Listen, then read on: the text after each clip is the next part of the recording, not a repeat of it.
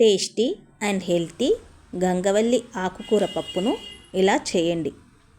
కొన్ని ప్రాంతాల్లో దీన్ని గంగవాయిల్ కూర అని కూడా అంటారు. ఈ గంగవల్లి ఆకులో కాల్షియం, ఐరన్, మెగ్నీషియం ఉంటాయి. ఇది మన బోన్స్ హెల్త్కి చాలా మంచిది.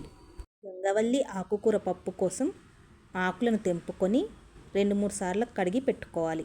దీనికోసం కందిపప్పును కడిగి 3 గ్లాసుల వాటర్ పోసి పెట్టుకోవాలి. అందులోనే కడిగి పెట్టుకున్న గంగవల్లి ఆకులను వేయాలి. 1 స్పూన్ కారము, పసుపు, 2 టమాటాలు, 2 పచ్చిమిరపకాయలు, కొంచెం చింతపండు వేయాలి. ఇవన్నీ వేసిన తర్వాత కుక్కర్ మూత పెట్టుకొని స్టవ్ పైన పెట్టి విజిల్స్ పెట్టుకోవాలి. 4 విజిల్స్ వచ్చిన తర్వాత స్టవ్ బంద్ చేయాలి. కుక్కర్లో ప్రెషర్ పోయిన తర్వాత మూత తీసి పప్పు ఉడికిందో లేదో చూసుకోవాలి. పప్పు సరిగా ఉడకకపోతే మళ్ళీ విజిల్స్ పెట్టుకోవాలి. ఇందులో సరిపడా ఉప్పు వేసి కలుపుకోవాలి.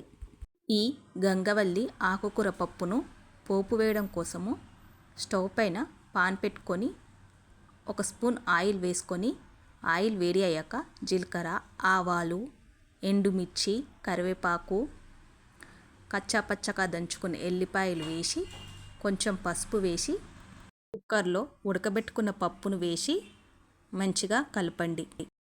పప్పు అంతా బాగా కలిసిన తర్వాత మంట సిమ్లో పెట్టి మూత పెట్టి 5 మినిట్స్ ఉడకనివ్వండి.